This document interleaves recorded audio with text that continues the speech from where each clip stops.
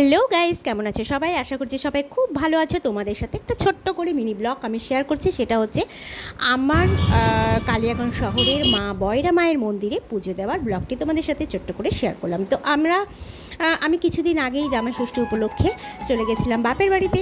তো কয়দিন ছেলে মেয়েদের ছুটি ছিল, তাই কিছুদিন আগেই গেছিলাম। তো গিয়ে আমি যেহেতু ছোট থেকেই এখানে পুজো দিয়ে এসেছি, তো আমি যতবারই যাই ততবারই চেষ্টা করি মায়ের দর্শন করার।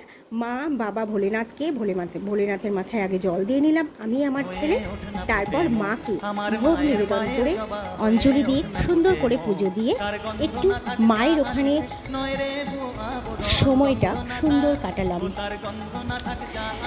মনটা মুগ্ধ হয়ে যায়, আসতে ইচ্ছে করে না মায়ের কাছ থেকে। দেখো, তোমাদের সাথে শেয়ার করলাম, মাকে দর্শন করো তোমরাও। তো তোমাদের এই ব্লগটি কেমন লাগলো অবশ্যই কিন্তু আমাকে জানাবে। আর এখানে দেখো, আগে আমাদের বলি হতো, তো এখন বলিটা বন্ধ করা হয়ে গেছে। কেন হয়েছে একদিন সময় পেলে অবশ্যই তোমাদের সাথে সেটা সম্পর্কে আমি ডিটেলসে জানাবো। তো চলো, আপাতত এতটুকুই।